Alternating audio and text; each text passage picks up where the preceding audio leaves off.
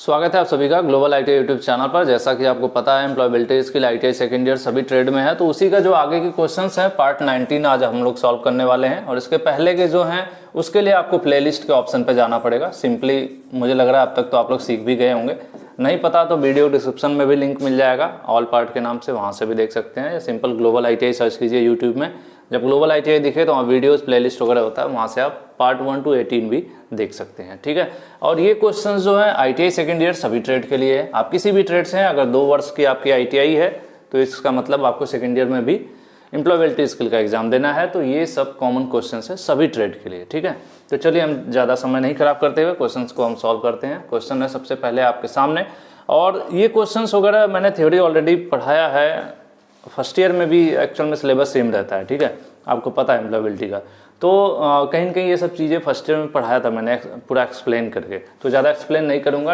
और थोड़ा फास्ट करने की कोशिश करूँगा। और ऑफिशियल जैसे कि सबसे पहला क्वेश्चन है 311 यानी 311, 310 तक क्वेश्चन हो गया है। Official conversation are part of, ठीक है, कह रहे हैं ऑफिशियल कन्वर्सेशन, और यहाँ पर हिंदी देख लें, आधिकारिक बातचीत किसका हिस्सा है। आधिकारिक मतलब मैंने आपको इसके पहले भी काफ़ी वीडियोस हैं, जैसे इंग्लिश लिटरेसी का भी क्वेश्चन इसके पहले आया था इंग्लिश वाले चैप्टर का, तो उसमें भी कहीं ना कहीं कम्युनिकेशन स्किल का आया था। ठीक है, तो मैंने आपको बताया था कि सिंपल शब्दों में समझने की 2 चीज़ें, चलिए अभी एक शॉर्ट में यहाँ पर भी बता देता हूँ कि कम्युनिकेशन जो होते हैं ना 2 टाइप के होते हैं। ठीक है, एक होता है फॉर्मल, ठीक है, फॉर्मल जिसको हम हिंदी में कहते हैं औपचारिक, और दूसरा होता है इनफॉर्मल, ठीक है, जिसको हम कहते हैं अनौपचारिक।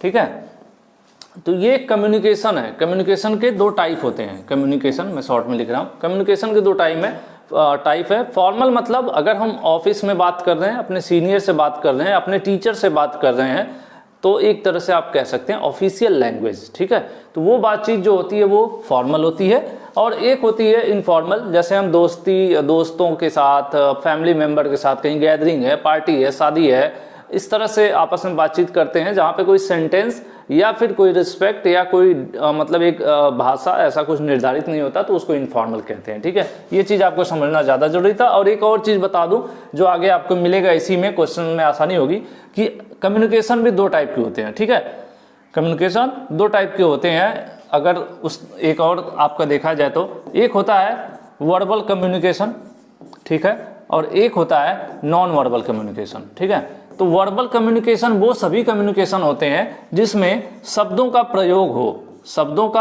हो, वो भले ही लिख कर हो या बोल कर हो, वो सभी वर्बल कम्युनिकेशन कहलाते हैं। और नॉन वर्बल में सिंबल्स का प्रयोग किया जाता है और इशारों का प्रयोग किया जाता है, चेहरे की बनावट, गुस्सा, ये सब चीज़ें जो है नॉन वर्बल कम्युनिकेशन। जैसे हम ऐसे हैं, गुस्सा हो गए तो सामने वाला समझ जाएगा कि मुझे डरना है। ठीक है, और ऐसे करने का मतलब है कि मैं थप्पड़ मारना चाहता हूँ, ऐसे करने का मतलब है मैं बाय करना चाहता हूँ, मतलब शब्द तो नहीं बोलूँगा लेकिन इशारे करूँगा। तो ये सब चीज़ें नॉन वर्बल कम्युनिकेशन होती हैं। या फिर कई जगह गेट पर लिखा रहता है, इस तरह से सिंबल लिखा रहता है एग्जिट। ठीक है, तो रिटन लिखा हुआ या फिर बोला हुआ, वो सब जो आते हैं वो सब किस में आएंगे, वर्बल कम्युनिकेशन में आएंगे। और इशारे और जो सिंबल्स की लैंग्वेज होती है, सिंबॉलिक लैंग्वेज, वो सब नॉन वर्बल कम्युनिकेशन होते हैं। चलिए थोड़ा सा इसलिए बता दिया जिससे कि आगे के क्वेश्चंस आपके आसानी से हो जाएंगे। तो ये कह रहे हैं ऑफिशियल बातचीत जो होती है उसको कौन सा कम्युनिकेशन कहा जाता है, तो उसको फॉर्मल कम्युनिकेशन कहा जाता है। ठीक है, औपचारिक मैंने आपको बता दिया क्यों, क्योंकि इसके पहले एक्सप्लेन किया, अगर ध्यान से वीडियो देखे होंगे तो आपको समझ में आ गया होगा। ठीक है, इसका क्या आंसर होगा, बी होगा, कि अब ऑफिशियल जो बातचीत होती है हमेशा कौन सी होती है, वो हमेशा फॉर्मल होती है। चलिए आगे बढ़ते हैं, next question 312 conversation between family members बैठे हुए हैं घर पर और कैजुअली एक दूसरे से बातचीत हो रही है, हालचाल हो रही है कि क्या चल रहा है। ठीक है, या फिर देखिए यहां तक एक अलग सेंटेंस है कि फैमिली मेंबर्स के साथ बातचीत हो रही है घर पर।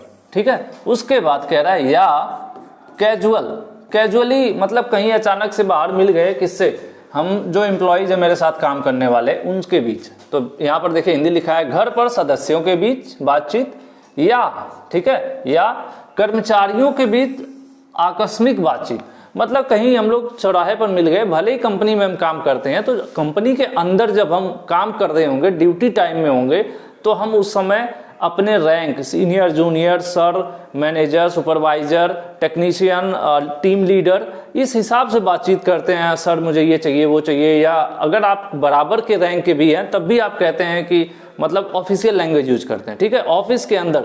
लेकिन अगर आप वही मार्केट में मिल जाते हैं और सेम रैंक है, आप भी टेक्नीशियन है, आपका दोस्त भी टेक्नीशियन है, तब वहां पे कौन सी बातचीत होगी? फिर वहां यारी और दोस्ती वाली बातचीत होगी। तो वो फॉर्मल नहीं रह जाएगा, फिर वो इनफॉर्मल हो जाएगा, ठीक है। तो इसी तरह से फैमिली के बीच बातचीत या फिर कर्मचारियों के बीच बातचीत जो अचानक से आकस्मिक, मतलब कहीं मिल गए, बातचीत हो रही है, तो वो सब कौन सी कहलाती है? वो इनफॉर्मल कहलाती है, ठीक है। आपका आंसर डी सही होगा।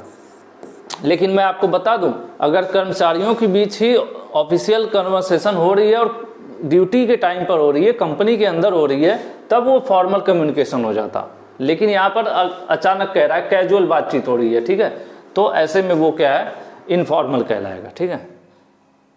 नेक्स्ट चलते हैं 313 नंबर।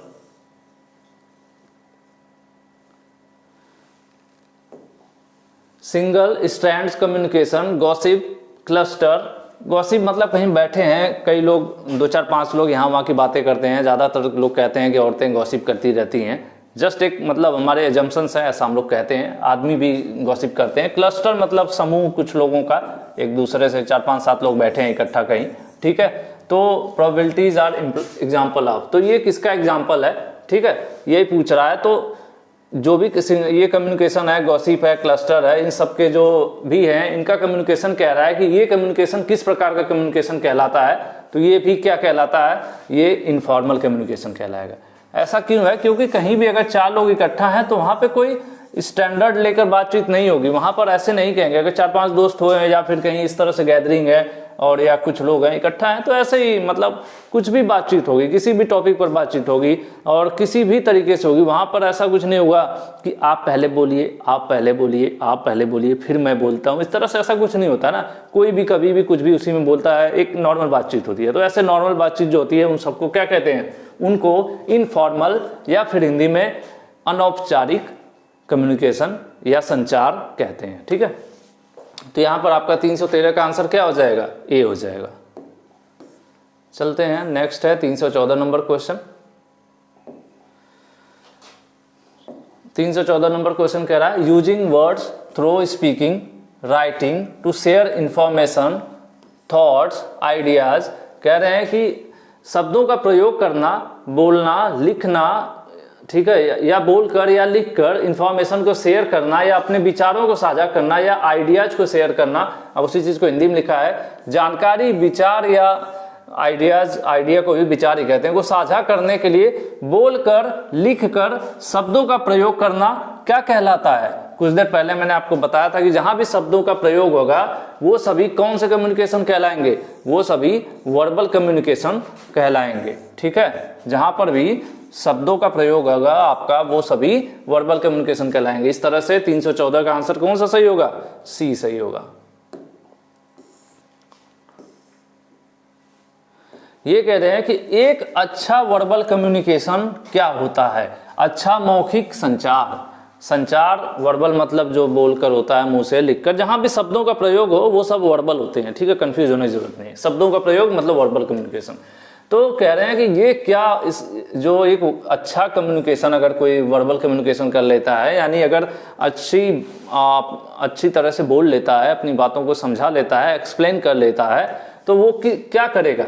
वो लोगों को कंफ्यूज करेगा? नहीं, ऐसा कुछ नहीं है। लोगों को अपमानित भी नहीं करेगा, असभ्य भी नहीं कहलाएगा। उसको कहलाएंगे कि हेल्प्स क्लियर कम्युनिकेट क्लियरली, मतलब अपनी बात को अच्छे तरीके से रखने में मदद करेगा।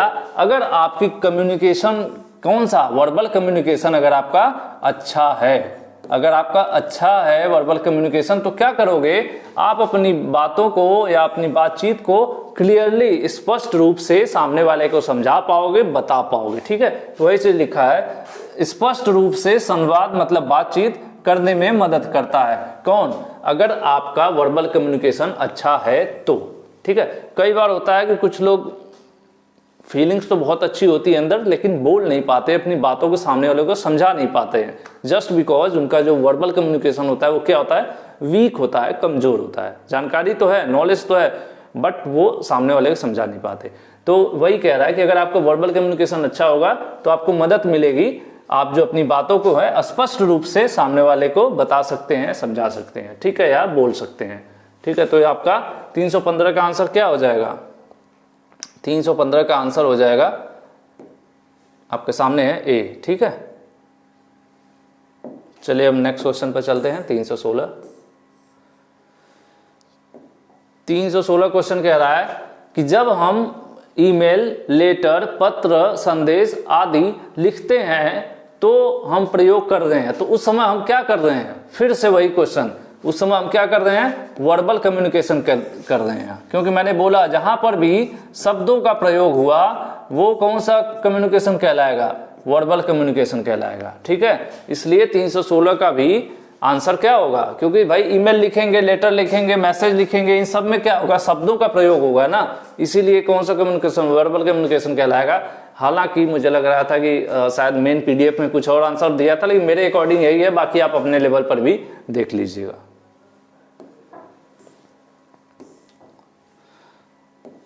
317 नंबर क्वेश्चन है, कम्युनिकेशन विदाउट वर्ड, मतलब बिना शब्दों का प्रयोग किए अगर आप बातचीत कर रहे हो, कुछ लोग जैसे कहते हैं ना इशारों में बातें करना, इशारों में अपनी बात को समझा देना, जैसे कि गेस्चर्स मतलब चेहरे का बनाना, बॉडी लैंग्वेज और फेशियल एक्सप्रेशन, चेहरे से मतलब इस सब चीज़ों को कहते हैं नॉन वर्बल, मतलब जिसमें शब्दों का प्रयोग ना करें लेकिन क्या प्रयोग करें?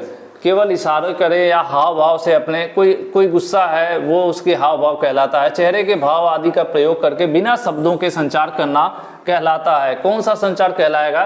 तो मैंने बोल दिया भाई, जहां पे शब्दों का प्रयोग नहीं होगा वो कौन सा होगा? वो नॉन वर्बल हो जाएगा, ठीक है। शब्दों का प्रयोग होता तो वर्बल होता, लेकिन शब्दों का प्रयोग नहीं हो रहा है यहाँ पर, इसलिए नॉन वर्बल हो गया। चलिए नेक्स्ट चलते हैं 318 नंबर क्वेश्चन। 318 है, the ability to receive and accurately interpret messages in communication process is called. देखो कम्युनिकेशन प्रोसेस में क्या होता है कि जनरली एक मतलब एक आपका हो गया जो बोल रहा है, ये हो गया आपका सेंडर जो मैसेज भेजता है, और एक यहाँ पर होता है टिकटॉक समझ लीजिए, ठीक है। और ये जो बोल रहा है अगर कोई बात अपनी इसके तक इधर, तो इसको सेंडर बोलेंगे, और जो सुन रहा है उसको बोलते हैं रिसीवर, ठीक है भाई। भेजने वाला, ठीक है, भेजने वाला और प्राप्त करने वाला, ठीक है। तो इसी से रिलेटेड एक क्वेश्चन है कि अगर संचार प्रक्रिया क्या होगी? संचार प्रक्रिया होती क्या है? जनरली दो या दो से अधिक या कई सारे लोगों के बीच, ये सब लोग हैं, इनके बीच जो मैसेज का आदान प्रदान, ये इनको कुछ बोले, ये इनको कुछ बोले, वो इनको कुछ बोले, मतलब अपने विचारों का, मैसेजेस का, बातों का आदान प्रदान क्या कहलाता है? संचार कहलाता है, कम्युनिकेशन कहलाता है, ठीक है। तो उसी पर ये क्वेश्चन है कि संचार प्रक्रिया में, ठीक है, संचार प्रक्रिया में संदेश को प्राप्त करने और सटीक रूप से व्याख्या करने की क्षमता को क्या कहते हैं? अगर इन भाई साहब ने कुछ बोला इनको, ठीक है, मान लीजिए ए हैं, ए भाई साहब ने बी भाई साहब को बोला, और बी साहब क्या किए? ए वाले की बात को पूरा अच्छी तरह से समझ गए और समझ के उसी हिसाब से रिस्पॉन्स किए या उसी हिसाब से काम कर दिए आगे, या जो भी ये कहना चाहते थे अक्षर से वो पूरा समझ गए, तो इसका मतलब कि उनके सुनने समझने की क्षमता अच्छी है। कई बार क्या होता है, अगर आप कहीं ट्रेनिंग पर गए हैं या किसी कंपनी में आप काम कर रहे हैं, तो कोई चीज़ अगर आपको आपका मैनेजर या सुपरवाइजर या सीनियर बताता है तो आपको एक बार में नहीं समझ में आती, ठीक है, आप दोबारा उससे पूछते हैं सर एक बार फिर से बता दीजिए। इसका मतलब क्या है कि आपकी लिसनिंग और अंडरस्टैंडिंग जो स्किल्स हैं वो कमज़ोर है। तो यहाँ पर आपके देखिए सामने है कि अगर वो चीज़ों को मतलब अच्छी एक्यूरेटली इंटरप्रेट मतलब समझ गया है, मैसेज तो सुना, उसके बाद उसको यहाँ पर देख लीजिए सही से लिखा है कि हिंदी में संचार प्रक्रिया में संदेश को प्राप्त करने के बाद सटीक रूप से उसकी व्याख्या करना या समझना, ये जो क्षमता होती है, तो इसको क्या कहते हैं? तो इसको कहते हैं लिसनिंग। और लिसनिंग स्किल्स होती हैं एक्चुअल में, ये जिसके अंदर लिसनिंग स्किल अच्छी होगी, यहाँ पर आंसर आपका ए सही होगा, ठीक है। जिसके अंदर सुनने की अच्छी क्षमता होगी। सुनना मतलब ऐसा नहीं सुनने का तो आप कुछ भी सुन रहे हो, लेकिन सुनने के साथ सुनना, अच्छा सुनना वो कहा जाएगा लिसनिंग। लिसनिंग मतलब अच्छा सुनना वो कहा जाएगा, जिसमें जो सामने वाली जो बात अपना कहना चाह रहा है आप सारी बातें 100% समझ गए, एक बार में समझ गए, ठीक है, आपके अंदर कोई डाउट नहीं रहा, तो उसको लिसनिंग स्किल्स कही जाती है। जिसकी जितनी अच्छी स्किल्स होंगी लिसनिंग स्किल्स, वो उतना ही जल्दी बातों को समझेगा या उतना ही जल्दी टॉपिक्स को समझेगा और उतना ही जल्दी रिएक्ट करेगा या आगे जो भी काम करना होगा वो करेगा, ठीक है। तो वहाँ पर जो है उसकी क्षमता को क्या कहते हैं, तो उसको हम लिसनिंग कहते हैं, ठीक है। तो 318 का आंसर क्या हो जाएगा, ए हो जाएगा।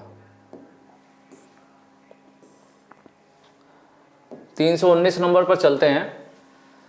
गुड लिसनिंग, देखिए लिसनिंग से ही आ गया, गुड लिसनिंग स्किल्स। अभी मैंने बोला था ना लिसनिंग स्किल्स कहते हैं। Good listening skills makes workers, कह रहा है कि सुनने का अच्छा कौशल जिसके अंदर है, जिस वर्कर के अंदर है, उस वर्कर को क्या बनाता है, तो उसको बनाता है क्रेजी, मतलब पागल तो बनाएगा नहीं, इनएफिशिएंट मतलब जो सही ना हो, इनएफिशिएंट हो, ठीक है। उसके बाद इनरिस्पॉन्सिबल मतलब लापरवाह। तो देखिए जिसके अंदर अगर स्किल्स है, सुनने की अच्छी स्किल्स है, तो उसको लापरवाह थोड़ी नहीं बनाएगी, पागल भी नहीं बनाएगी, इनएफिशिएंट भी नहीं बनाएगी, उसको क्या बनाएगी, प्रोडक्टिव बनाएगी। वो और अच्छे से और तेजी से और जल्दी काम कर पाएगा। अगर कोई सुपरवाइजर किसी को बोलता है कि ये प्रोडक्ट है, आपको ऐसे डिजाइन करना है, इतना वर्क करना है, ऐसे ऐसे जाकर कर लो, तो अगर वो एक बार में समझ जाएगा, सुनता है अच्छी, अगर लिसनिंग स्किल्स उसकी, लिसनिंग स्किल्स, ठीक है, लिसनिंग स्किल्स अगर उसकी गुड है यानी अच्छी है, तो वो क्या करेगा, एक बात में मैसेज को एक बार में ही समझ जाएगा और अपने काम पे लग जाएगा और खटाखट अपना काम करेगा। अदरवाइज काम करते समय डाउट करेगा, सर क्या बोले थे, ये बोले थे, वो बोले थे, तो क्या होगा, जो प्रोडक्टिव वर्क कर रहा है, जो भी काम कर रहा है, प्रोडक्शन मतलब जरूरी नहीं होता, प्रोडक्टिव मतलब जरूरी नहीं है कि आपको प्रोडक्शन ही करना है। प्रोडक्टिव मतलब किसी भी काम को आप जितना ज्यादा अधिक या अधिकतम मैक्सिमम कर रहे हैं तो उसको प्रोडक्टिव कहा जाएगा, ठीक है। तो जिस भी फील्ड में है उस फील्ड में अगर आप अच्छी लिसनिंग स्किल्स हैं तो आप अच्छा काम करेंगे, ठीक है। तो इसलिए यहाँ पर आंसर आपका ए सही होगा।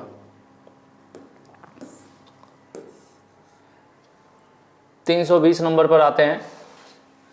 लिसनिंग रेडियो, रेडियो को सुनना, टीवी को देखना, ये सब किसका एग्जाम्पल है, ठीक है। रेडियो टेलीविजन आदि सुनना देखना किसका एग्जाम्पल है। इसमें क्या होता है कि देखिए जो लिसनिंग होती है ना, इसमें भी आप सुन रहे हैं। लिसनिंग मतलब होता है सुनना, ठीक है। लिसनिंग मतलब होता है सुनना। तो लिसनिंग दो होती है, एक होती है एक्टिव और एक होती है पैसिव, ठीक है। एक्टिव लिसनिंग में क्या होता है कि आप बातों को सुनते हैं और उसमें पार्टिसिपेट करते हैं, उस बात का फीडबैक देते हैं, उसका जवाब देते हैं, या उसमें आप कहीं न कहीं भाग लेते हैं उस कम्युनिकेशन में। लेकिन पैसिव में क्या होता है, आप सिर्फ सुनते हैं, ठीक है। पैसिव में क्या होता है, आप सिर्फ सुनते हैं, उसमें कुछ बोलते नहीं है, ना ही कोई फीडबैक दे पाते हैं, ना ही आप किसी प्रकार से उसमें शामिल होते हैं, सिर्फ आप बातों को क्या कर सकते हैं, सुन सकते हैं। तो अब आप देखिए इस हिसाब से इसका आंसर क्या सही होना चाहिए, इसका आंसर होना चाहिए पैसिव लिसनिंग। क्योंकि पैसिव लिसनिंग में क्या, मैंने आपको बता दिया, आप सिर्फ सुनते हैं, आप उसमें किसी प्रकार से भागीदार नहीं होते। अब जैसे मान लीजिए टीवी पर कोई शो आ रहा है, टीवी पे शो आ रहा है, तो अब वो खराब आ रहा है, अच्छा आ रहा है, सिर्फ आप उसको सुन सकते हैं, देख सकते हैं, ठीक है। रेडियो पे कोई गाना आ रहा है तो आप सुन सकते हैं, तुरंत उसको ये नहीं कह सकते कि गाना चेंज कर दो, तुम नहीं कह सकते ना, क्योंकि वहां पे क्या है, पैसिव लिसनिंग है, आप उसमें एक्टिव नहीं है, सिर्फ आप सुनते हैं, ठीक है।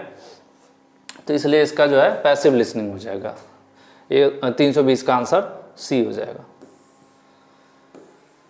321 पर चलते हैं। वक्ता मतलब बोलने वाले पर ध्यान देना, बाधित न करना, प्रश्न पूछने या उत्तर देने से पहले समझने के लिए समय निकालना, ठीक है। ये क्या है, इसी के बारे में यहाँ पर कह रहा है। पेइंग अटेंशन मतलब ध्यान देना, स्पीकर जो बोल रहा है उसकी बातों पर ध्यान रखना देना, उसको बीच में टोकना नहीं, मतलब परेशान नहीं करना। टेकिंग टाइम टू अंडरस्टैंड, ठीक है, अगर बिफोर आस्किंग क्वेश्चन या रिस्पॉन्डिंग, ठीक है। ये कह रहे हैं कि अगर आप अटेंशन के साथ, मतलब पूरी सावधानी के साथ बोलने वाले को सुन रहे हैं, स्पीकर बोलने वाले को सुन रहे हैं, बिना उसको बीच में कुछ टोक भी नहीं रहे हैं। टोकना मतलब होता है कि वो बीच में पढ़ा रहा है, तभी आप बीच में पूछ दें सर इसको क्या कहते हैं। एटलीस्ट उसको पूरा सेंटेंस तो बोल लेने दीजिए, पूरा टॉपिक पढ़ा लेने दीजिए। जनरली टीचर्स ऐसा कहते हैं कि रुक जाओ, बीच में मत बोलो, ये कंप्लीट होने दो, लास्ट में आप क्वेश्चंस पूछना है।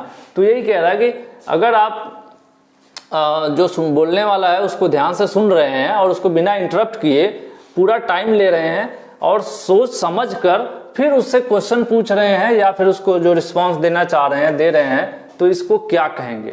ठीक है, इसको क्या कहेंगे? तो इसको कहेंगे एक्टिव लिसनिंग।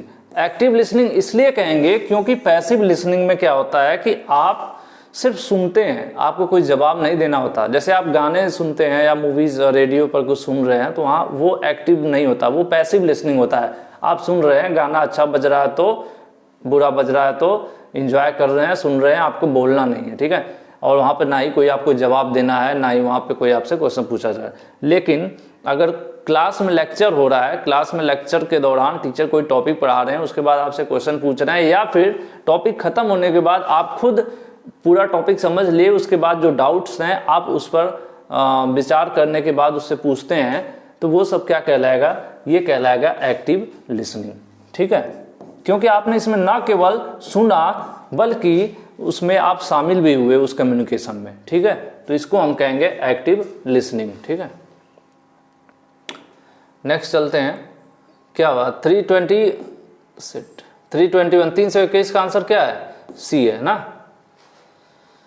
अब हम चलते हैं नेक्स्ट 322 नंबर क्वेश्चन।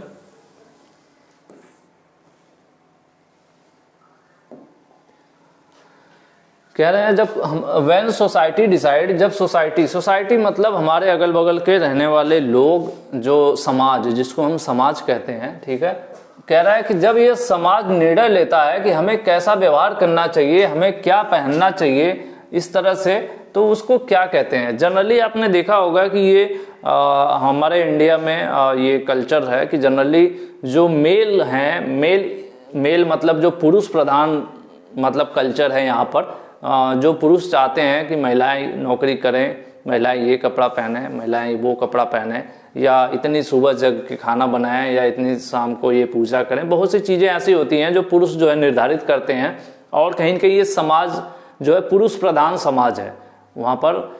तो इस केस में वही कह रहे हैं कि अगर किसी को ज़बरदस्ती आप कहते हो कि आपको ये ऐसा बिहेवियर करना है, आप इसको फोर्सली मतलब उसको ज़बरदस्ती आप करवा रहे हो, तो इसको क्या कहेंगे? ठीक है, जब कोई समाज डिसाइड करता है, कई बार लोग कहते हैं कि नहीं ये काम नहीं कर सकते, लोग क्या कहेंगे, समाज में बदनामी होगी। इसका मतलब कि उस काम को करने का पहले ही समाज ने निर्धारित कर रखा है कि शादी इस तरह से होना है, ठीक है, या फिर वगैरह वगैरह, और शादी उस तरह से नहीं होना है जिस तरह से आप चाहते हैं। ठीक है, तो कहीं न कहीं ये जो समाज का प्रेशर होता है, तो इसको क्या कहते हैं? तो इसको फ्री सोसाइटी तो आप कह नहीं सकते ना, क्योंकि आप समाज से बंधे हुए हो, आपको उनके नियमों को पालन करना है कहीं न कहीं, और समानता भी नहीं कह सकते।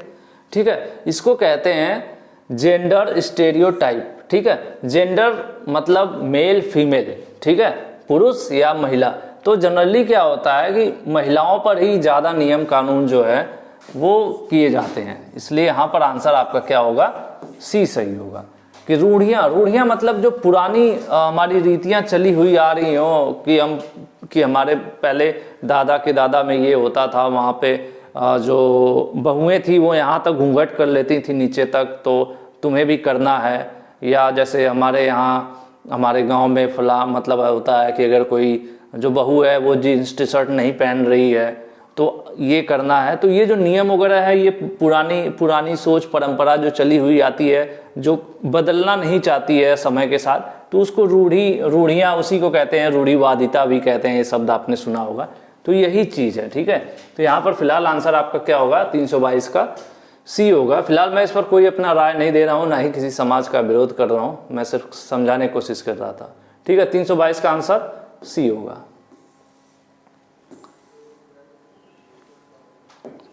तीन 323 का आंसर देखते हैं, क्वेश्चन पहले देख लें फिर। आपको आगे पढ़ने की जरूरत नहीं है, अध्ययन करने की आवश्यकता क्यों है? तुम जल्दी ही शादी कर लो। ठीक है, यह किसका उदाहरण है? जनरली ये शब्द तो जितने भी यहाँ पे भाई मतलब बॉयज देख रहे हैं, स्टूडेंट मतलब जो लड़के देख रहे हैं, इनको तो ये कम ही मौका मिलता है। लोग कहते हैं अरे पहले शादी क्या करेगा, कुछ कमाने तो लग, ठीक है, पहले कमाएगा कि शादी करेगा। लेकिन लड़कियों के लिए उल्टा बोला जाता है, अरे तुम ज़्यादा पढ़ लिख के क्या करोगी, ठीक है, जल्दी से शादी वादी कर दो। जनरली जो समाज है, मैं नहीं कह रहा हूँ कि हर घर में या सब पे लागू होता है, लेकिन जो समाज है, जो सोसाइटी है, मोस्टली अभी बहुत से हिस्सों में भारत के यही कल्चर चलता है कि लड़कियों के लिए शब्द प्रयोग किए जाते हैं कि ज़्यादा पढ़ लिख के क्या करेगी, शादी ब्याह कर दो इसका, ठीक है, वो चीज़। तो यही सेंटेंस में लिखा हुआ है कि why do you need to study further, आगे तुम्हें पढ़ने की क्या ज़रूरत है, you need to be married, तुम्हारी शादी हो जानी चाहिए। ये किसका एग्जाम्पल है? तो ये जो है देखिए यहाँ आपको आंसर देखना पड़ेगा इसमें। देखिए लड़कों के लिए ये चीज़ नहीं यूज की जाती। स्टेरियोटाइप तो मैंने आपको बता दिया, जो रूढ़िवादिता चल रही है, ठीक है, लेकिन ये लड़कों के लिए ये मौका नहीं होता, नहीं तो बहुत से तो लड़के खुश हो जाते हैं, ठीक है।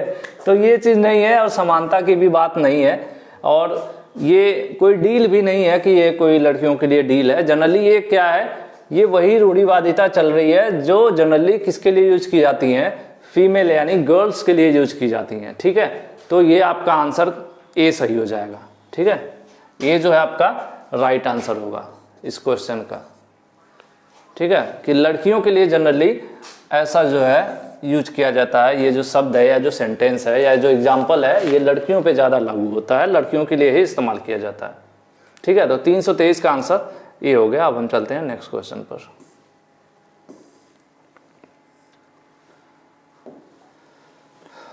कह रहा है कि an important document to be carry when attending an interview. अगर आप एक इंटरव्यू में जा रहे हैं तो सबसे महत्वपूर्ण डॉक्यूमेंट एक क्या है जो आप लेके जाएंगे अपने साथ, या आपको लेके जाना चाहिए, ठीक है। तो इसका तो भाई मैं चाहूँगा कि आंसर आप लोग सब दो, ठीक है। ये बहुत ही कॉमन सा क्वेश्चन है, इसका आंसर आप लोग खुद बताओगे, ठीक है, कमेंट करके आप बताओगे कि इसका आंसर क्या सही होना चाहिए।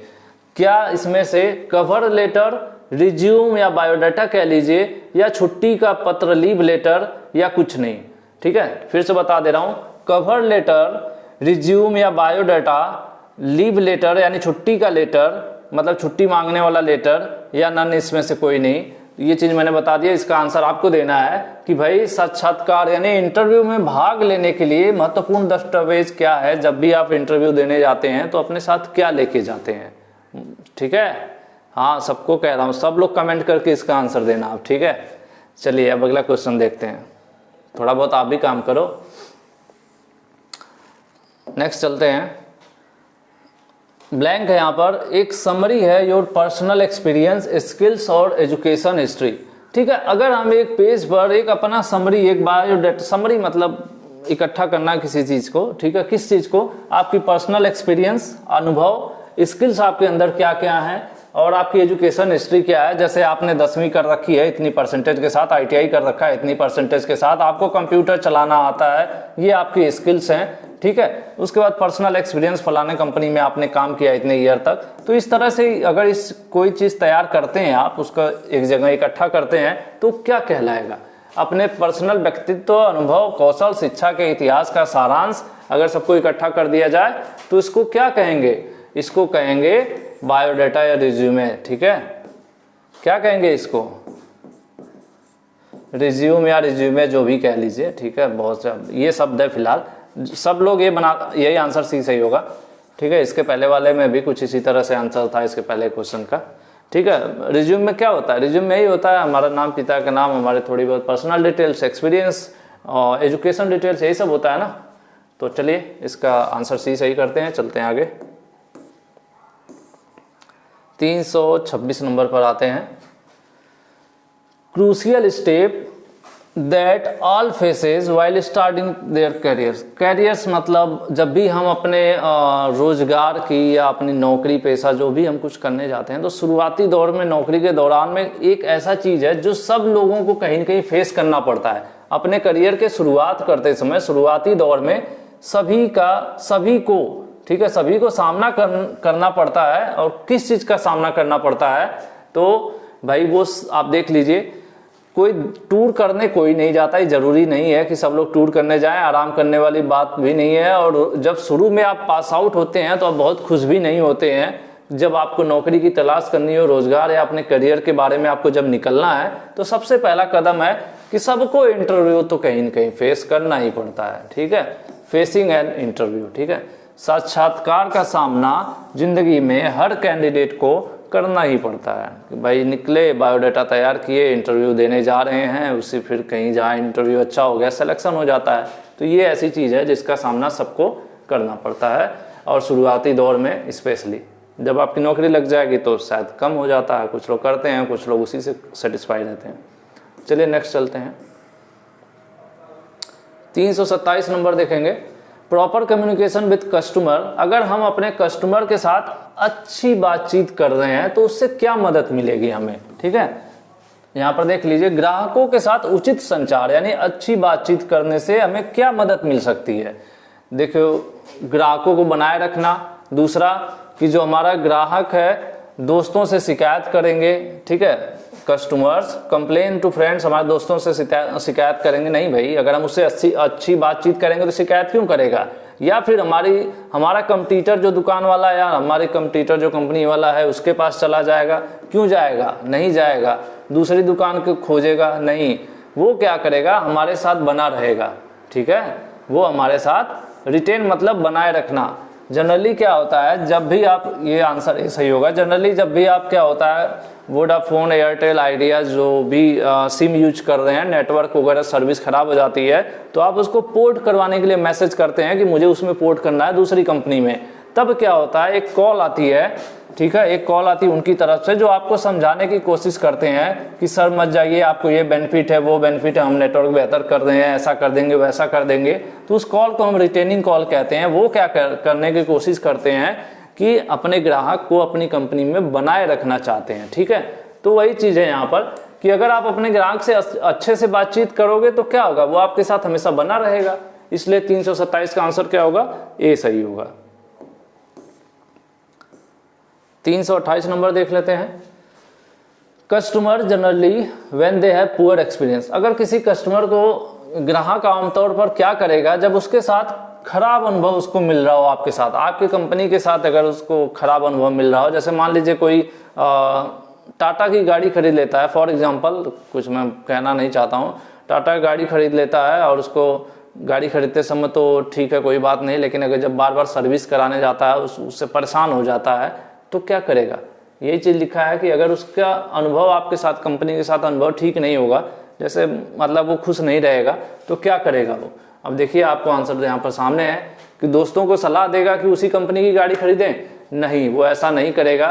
वो क्या करेगा, स्विच करेगा आपके कंपटीटर के पास, मतलब आपकी ही तरह दूसरी गाड़ी बनाने वाले दूसरी कंपनी के साथ सोचेगा कि अब अगली गाड़ी, या फिर उसी समय संभव होगा तो दूसरी गाड़ी, मान लीजिए वो चाहेगा तो किससे, मारुति से या हुंडई से खरीदेगा, क्योंकि वो आपसे क्या है, वो आपके साथ खुश नहीं है, उसका अनुभव आपके साथ अच्छा नहीं है, पुअर एक्सपीरियंस है, ठीक है, बुरा अनुभव है आप उसके साथ, आपके साथ। तो ये दुकान पे भी लागू होता है। अगर आपके दुकान पे कोई ग्राहक आता है, आप उसको या तो सही सामान नहीं दे पाते हो या उसके साथ बुरा व्यवहार करते हो, अच्छे से बातचीत नहीं करते हो, तो आपका जो भी कंपटीटर होगा, दूसरी दुकान वाला, वो उसके पास चला जाएगा, ठीक है। तो यहाँ पर आंसर आपका कौन सा सही होगा, सी सही हो जाएगा, 228 का सी। चलिए अब हम चलते हैं अगले क्वेश्चन पे। अगर एक एम्प्लॉय है वो लेट आता है, an employ comes late to office every day, अगर वो डेली रोज का काम है उसका कि लेट ही आना, 5-10 मिनट, आधा घंटा, तो उसको क्या कहेंगे, उस एम्प्लॉय को क्या ब्रिलियंट और बढ़िया एम्प्लॉय कहेंगे। देख लीजिए, एक कर्मचारी प्रतिदिन कार्यालय में देरी से आता है तो वह नहीं है, वो क्या नहीं है, वो भाई पंक्चुअल नहीं है, ठीक है, वो क्या नहीं है, वो पंक्चुअल नहीं है, समयनिष्ठ मतलब समय पर आने वाला आदमी नहीं है, उसको कहेंगे ही इज नॉट पंक्चुअल। और जनरली लोग चाहते हैं साइलेंट मतलब का कोई यहाँ पर मतलब है नहीं, विश्वास वाला भी कोई मतलब नहीं है, साफ सफाई का भी कोई मतलब नहीं, ठीक है। क्या है, ही इज नॉट पंक्चुअल मतलब वो समय पर नहीं आने वाला व्यक्ति है तो उसको नॉट पंक्चुअल कहते हैं, ठीक है।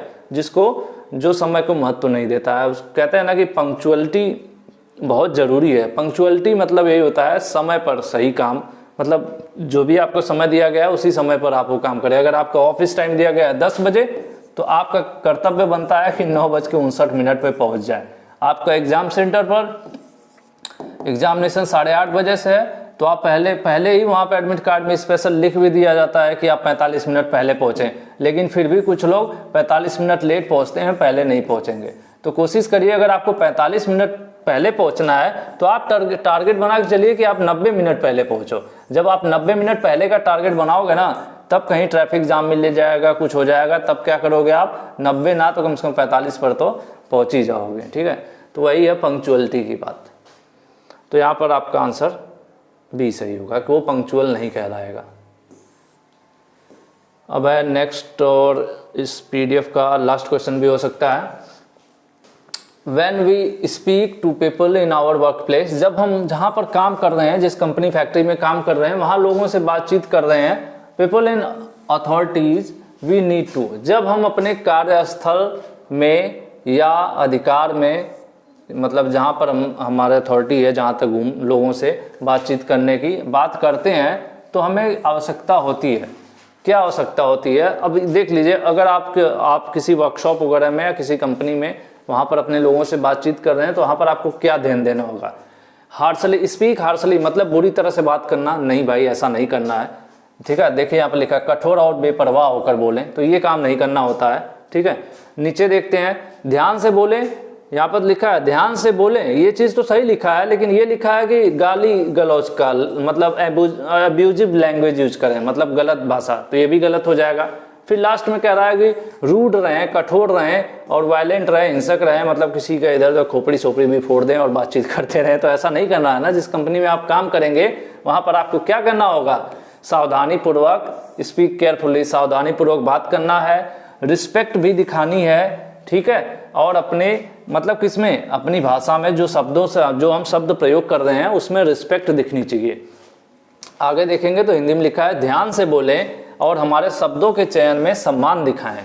ठीक है, एक ऐसे भी आप बोल सकते हो तू ये लेके आ जा जरा, और एक ऐसे बोल सकते हो तुम ये लेके आ जाओ। ठीक है, अगर वो आपसे जूनियर है या छोटा है तो, या बड़ा है कोई तो भी आप कह सकते हैं कि आप ये लेकर आ जाओ। तो यही है शब्दों का हेर फेर। ठीक है, तो यही चीज़ है, यहाँ पर आंसर आपका बी सही होगा। बाकी आज की वीडियो में इतना ही। वीडियो पसंद आई हो तो लाइक कर दीजिएगा। हम तो मेहनत कर रहे हैं, आपको भी मेहनत करना है। परीक्षाओं के लिए शुभकामनाएं।